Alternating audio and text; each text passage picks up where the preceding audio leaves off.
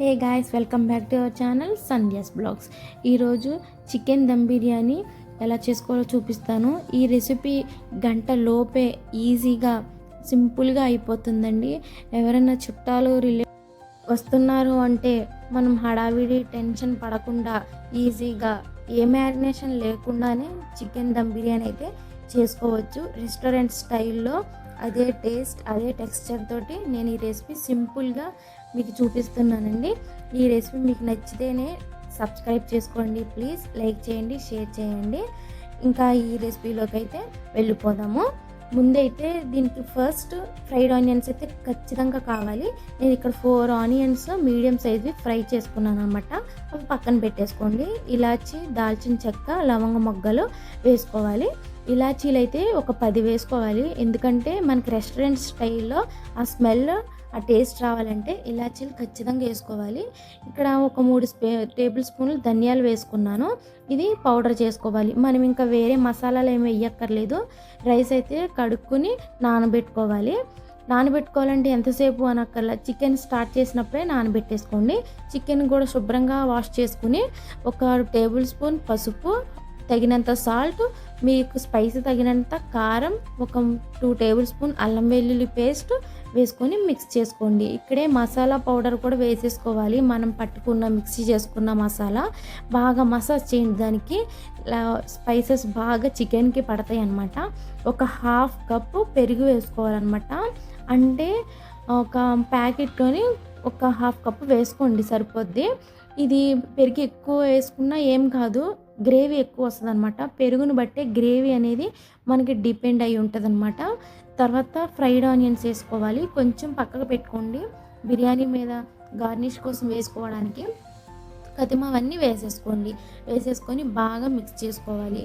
ఇక్కడ మనం ఫ్రై చేసుకున్న ఆనియన్స్లో ఆయిల్ ఉంటుంది కదా, ఆ ఆయిల్ ఒక 2 టేబుల్ స్పూన్లు వేసుకోండి. ఇది కూడా పచ్చి ఆయిల్, వేరే ఆయిల్ వేయొద్దు. ఈ ఫ్రైడ్ ఆనియన్స్ చేసిన ఆయిల్ అయితేనే మీకు ఆ స్మెల్ బాగా వస్తుంది అనమాట. వేసినప్పుడే అర్థమైపోద్ది బిర్యానీ ఎలా వస్తుంది అన్నది అర్థమైపోద్ది అనమాట. మీకు మంచి స్మెల్ వస్తుంది అనమాట. అరోమా కానీ చాలా బాగుంటుంది. మనం చికెన్కి మసాజ్ చేస్తున్నప్పుడే అర్థమైపోతుంది. అది కూడా బాగా కలుపుకొని స్టవ్ మీద పెట్టేసుకుని కుక్ చేసుకోవడమే. కుకింగ్ అంటే ఎక్కువసేపు ఏం అవసరం లేదు. అది మనకి వాటర్ బయటకు వచ్చినంత వరకు కుక్ చేసుకోండి. చూపిస్తున్నట్టు కలుపుకొని పెట్టేసుకొని స్టవ్ మీద పెట్టేసుకోవడమే. ఇది ఒక అరగంట పక్కన పెట్టుకోవాలి అని ఏం అవసరం లేదు. మీరు కలిపిన వెంటనే స్టవ్ మీద పెట్టేయండి, తొందరగానే అయిపోతుంది కదా. ఇలా పెట్టేసుకున్నాక లిడ్ పెట్టుకుని చూసుకోండి, మధ్యలో కలుపుకుంటూ గిన్నెకి అంటుకోకుండా చికెన్ కలుపుకోండి. తర్వాత వేరే పక్కన స్టవ్ మీద వాటర్ పెట్టుకొని దాంట్లోనే మనం రైస్ కూడా పెట్టేసుకుని బాయిల్ చేసేసుకోవచ్చు. బాయిల్ చేసుకోవడానికి ఒక బౌల్ పెట్టుకొని అందులో ఒక 3 ఇలాచీలు, లవంగ మొగ్గలు, దాల్చిన చెక్క, 1 స్పూన్ అల్లం వెల్లుల్లి పేస్ట్, అలాగే సాల్ట్ సరిపడగా వేసుకోండి. సాల్ట్ అయితే కొంచెం చూసుకుని వేసుకోండి. వాటర్లో అయితే మనకి ఉప్పగా అనిపిస్తుంది, కానీ కొంచెం ఎక్కువ వేసుకోవాలి. రైస్కి పట్టాలి కదా, లేదు అంటే రైస్ చప్పగా ఉంటుంది. ఒక 1/2 లెమన్ వేసుకోండి. ఒక 2 పచ్చిమిరపకాయలు వేసేసుకోండి. మీకు ఎక్కువ స్పైస్ తింటండి ఇంకొక 3 వేసుకోవచ్చు. ఇక్కడ చికెన్లో టమాటో నేను ఉంది కాబట్టి వేసాను. ఇదైతే మ్యాండేటరీ అయితే కాదు, మీరు ఉంటే వేసుకోండి, లేదు అంటే వద్దు, మానేసేయండి. తర్వాత వాటర్ చూసారు బాగా మరుగుతున్నాయి కదా, వాటర్ మరుగుతున్నప్పుడు రైస్ వేసుకోవాలన్నమాట. రైస్ వేసుకుని అది ఉడికిద్ది కదా అని మీరు పక్కకైతే వెళ్ళిపోవద్దు, అక్కడే ఉండండి. ఎందుకంటే బాస్మతి రైస్ తొందరగా ఉడికిపోతుంది అనమాట. మనం అక్కడ లేము అనుకుంటే ఇబ్బంది అవుతుంది. ఇదంతా మనం లేయర్స్ లాగా వేసుకోవాలి కాబట్టి చూసుకుని అక్కడే వేసుకోవాలన్నమాట. ఇక్కడ 50% ఆఫ్ రైస్ ఉడికిపోయాక వేసుకోవాలి. మొత్తం 100% ఉడికాక వేసుకోకూడదు, ముద్దలా అయిపోతుంది. అప్పుడు బిర్యానీలాగా ఉండదు, అన్నం అయినట్టే అవుతుంది, బాగా కిచిడిలాగా. సో ముద్దలాగా అవ్వకూడదు అనుకుంటే మీరు పక్కనే ఉండి చూసుకోవాలి. ఇగో 50% అంటే రైస్ పట్టుకుని ఇట్లా మెదపగానే ఇరిగిపోద్ది అనమాట.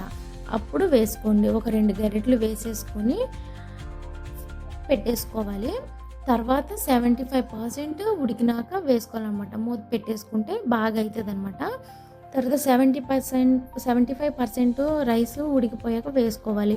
ఇంకొక లేయర్, సెకండ్ లేయర్ అనమాట అది. సెకండ్ లేయరు, థర్డ్ లేయరు 90% అయ్యాక వేసుకోవాలి.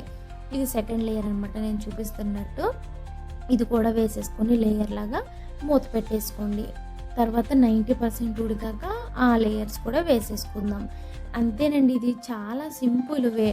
అంటే ఎక్కువసేపు మనం టెన్షన్ లేకుండా ఎప్పుడైనా తినాలి అనిపిస్తే అప్పటికప్పుడు అయిపోతుంది.